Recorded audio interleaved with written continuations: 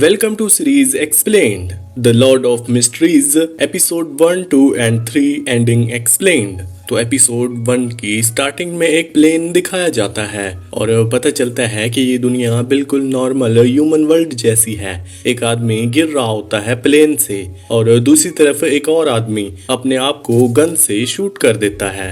वो बंदा कोई और नहीं किलियन मॉर्टी होता है। जब वो आंख खोलता है तो देखता है कि उसके सामने गन रखी होती है, दीवार पे खून होता है और उसके सर पे जो घाव होता है वो हील होना स्टार्ट हो चुका था।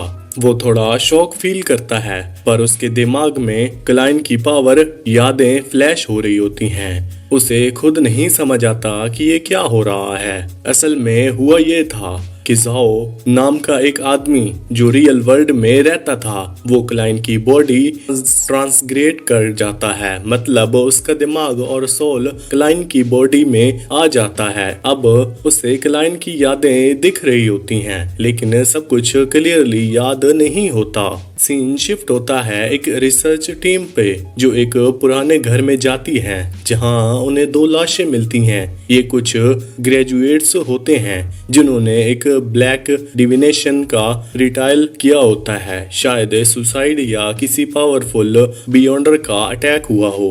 दूसरी तरफ क्लाइन ने अपने आप को गन से शूट किया होता है लेकिन ज़ाओ के अंदर आने के बाद वो वापस जिंदा हो जाता है।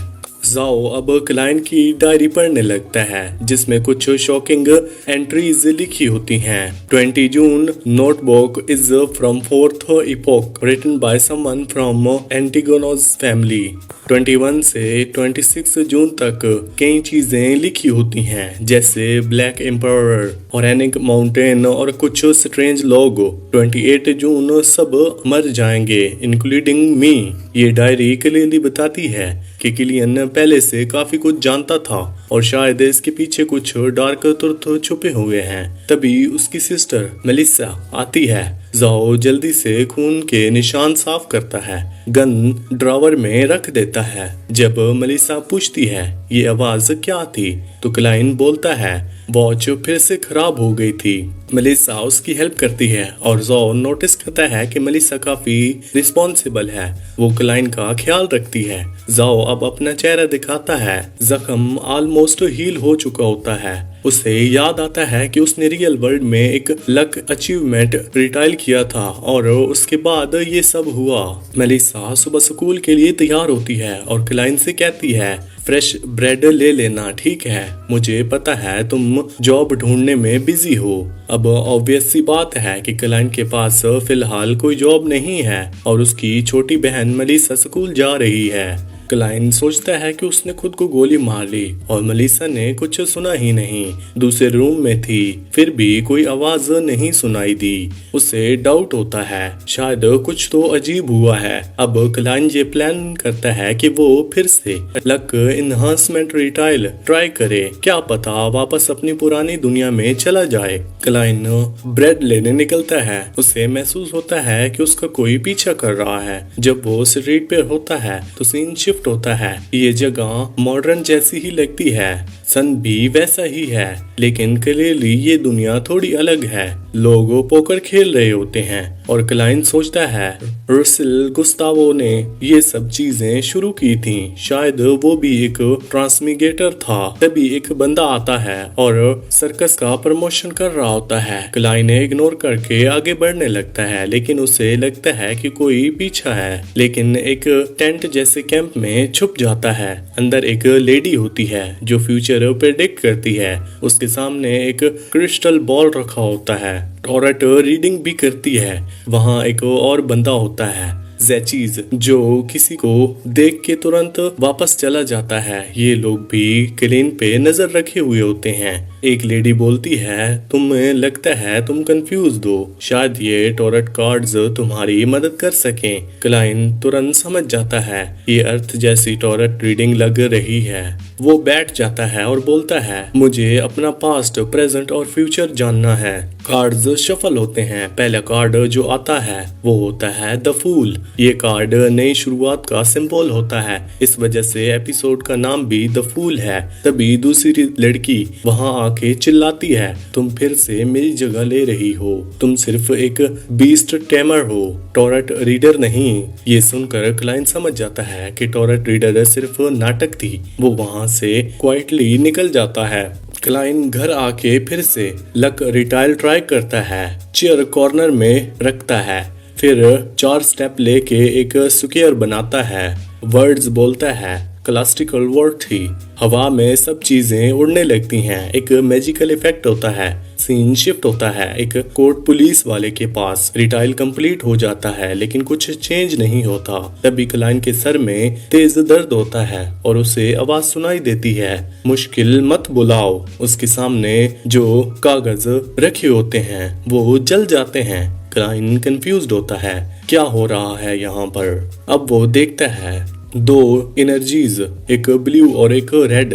तभी सीन शिफ्ट होता है, एक लड़की मिरर देख रही होती है, एक लड़का पोर्ट के बीच में होता है और ये दोनों सडनली क्लाइन के सामने अपीयर हो जाते हैं। क्लाइन भी शॉक्ड है, ये लोग कैसे आए गए, मैंने इन्हें बुलाया कैसे। वो लोग पूछते हैं तुम कौन हो और ये जगह क्या है। क्लाइन सोचता है डिवाइन रियल्म, ये तो एक नॉर्मल कैमरा है। तभी पूरा रूम में मेस्ट चलने लगती है, एक शाइनी कास्टल टाइप का रूम बन जाता है। क्लाइन को लगता है कि उसके पास कोई एबिलिटी है, ग्रे फ्रॉग जैसे वो ये सब कुछ पहले कर रहा हो। आखिर में दोनों स्ट्रेंजर कंफ्यूज्ड होते हैं और क्लाइन भी। वो सब कुछ एक नए वर्ल्ड के रूल्स जैसे समझने की कोशिश कर रहे हैं। क्लाइन ये जूमिंग रोई सोचता है, मैं अब कौन हूँ, क्लाइन या जूम। फिर तुरंत समझ आता है अब तो मैं क्लाइन ही हूँ। वो एक थ्रोन जैसी सीट पर बैठ जाता है और कहता है तुम मुझे द फूल बुला सकते हो। दोनों स्ट्रेंजर उससे पूछते हैं आप हमसे चाहते क्या हो। क्लाइन फ्रैंकली बोलता है मैं भी बस एक एक्सपेरिमेंट ट्राई कर रहा था, खुद मुझे भी पूरा नहीं पता। फिर वो लोग कैजुअल बातचीत करना स्टार्ट करते हैं। उस लड़की को बियॉन्डर बनना है। वो पूछती है मैं बियॉन्डर कैसे बन सकती हूँ। दूसरा बंदा जो थोड़ा नॉलेजेबल होता है एक्सप्लेन करता है चर्च ज्वाइन कर सकती हो, रॉयल फैमिली के कॉन्ट्रैक्ट से भी बन सकती हो या फिर डायरेक्टली पोशन लेके। वो बोलता है कि उसके पास 2 सीक्वेंस 9 पोशन है, सोइलर और ऑडियंस। इन दोनों पोशन की अलग पावर्स होती हैं। दोनों लोगों क्लाइन द फूल के सामने सर्व करने के लिए तैयार हो जाते हैं क्योंकि उन्हें लगता है क्लाइन के पास पावर है, जबकि क्लाइन खुद बियॉन्डर अभी तक नहीं बना। फिर वो पूछते हैं क्या आप फ्यूचर में भी मीटिंग रखेंगे। क्लाइन डिसाइड करता है हर मंडे दोपहर 3 बजे मिलेंगे। बातें होती रहती हैं लेकिन क्लाइन को थकान महसूस होने लगती है। तभी उसे दरवाजा नॉक होने की आवाज आती है। क्लाइन कहता है कि जब वो टॉरेट कार्ड्स के नाम से इंस्पायर्ड है तो सब अपने कोड नेम वैसे ही रखना। लड़की अपना नाम जस्टिक रखती है और लड़का द हैंगड मैन। क्लाइन की एनर्जी खत्म होने ही लगती है तो वो मीटिंग खत्म कर देता है और वापस अपनी दुनिया में रिटर्न कर जाता है। अब क्लाइन का दरवाजा नॉक होता है। वो डायरी और गन छुपा देता है। दरवाजा खोलता है तो सामने एक इंस्पेक्टर होता है, नाम है डुन स्मिथ। इंस्पेक्टर पूछता है तुम 27 तारीख में ग्रोवन के घर पर गए थे क्योंकि गन मिसिंग है और शक है कि वो क्लाइन के पास ही है।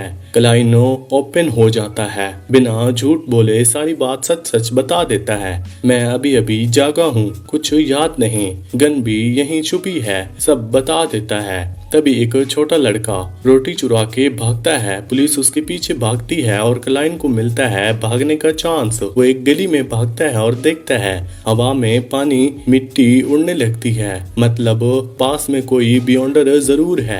क्लाइन एक कार्ट में जाके छुप जाता है। ड्राइवर से कहता है यहीं उतार दो। फिर ड्राइवर बोलता है नहीं, हम वेलेज के घर में जाकर रुकेंगे। तभी सीन थोड़ा ब्लर होने लगता है। क्लाइन एकदम से जाग जाता है उसे डाउट होता है ये सपना था या कोई ड्रीम मैनिपुलेशन चल रहा था।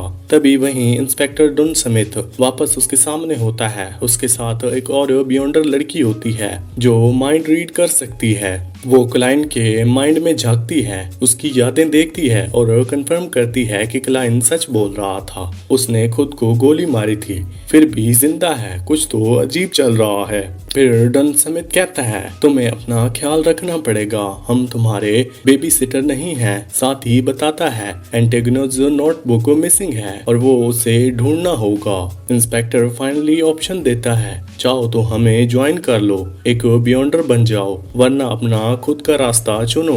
क्लाइंट सोचता है उसके पास अब काफी इंफॉर्मेशन है, potions, pathways, tort identities, beyond world के रूल्स।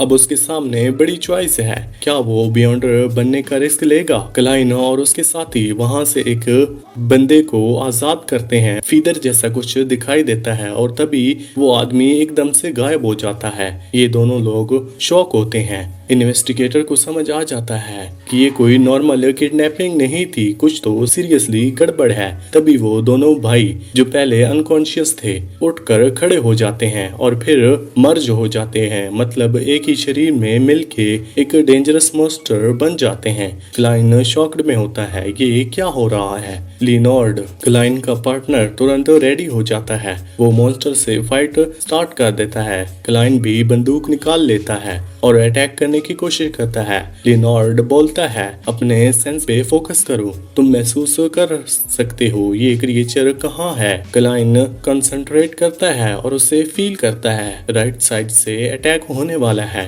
वो तुरंत गोली चला देता है और हिट भी करता है। पावरफुल और क्रीपी होती है।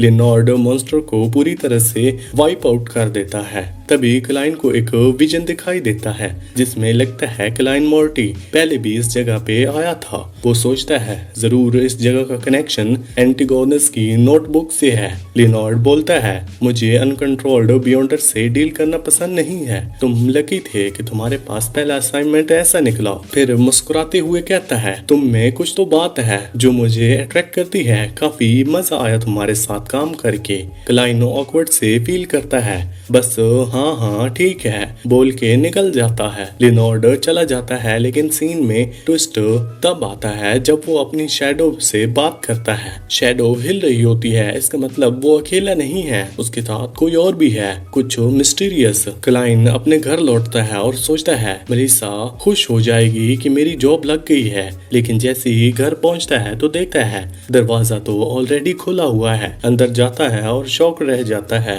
वो फिर से वही पुरानी हॉन्टेड बिल्डिंग में लौट आया होता है। उससे कंफर्म हो जाता है इस जगह कुछ स्ट्रेंज स्ट्रॉन्ग कनेक्शन उससे नोटबुक से। वहाँ वही नोटबुक रखी होती है जिसमें लिखा था सब मर जाएंगे और मैं भी। क्लाइन फिर फाइनली अपने रूम में लौट जाता है, काफी डिस्टर्ब। अब क्लियरली समझ आ जाता है किडनैपिंग वाला घर में जरूर नोटबुक का कोई क्लू छुपा हुआ है और इसी क्लिफ हैंगर पर ये एपिसोड 2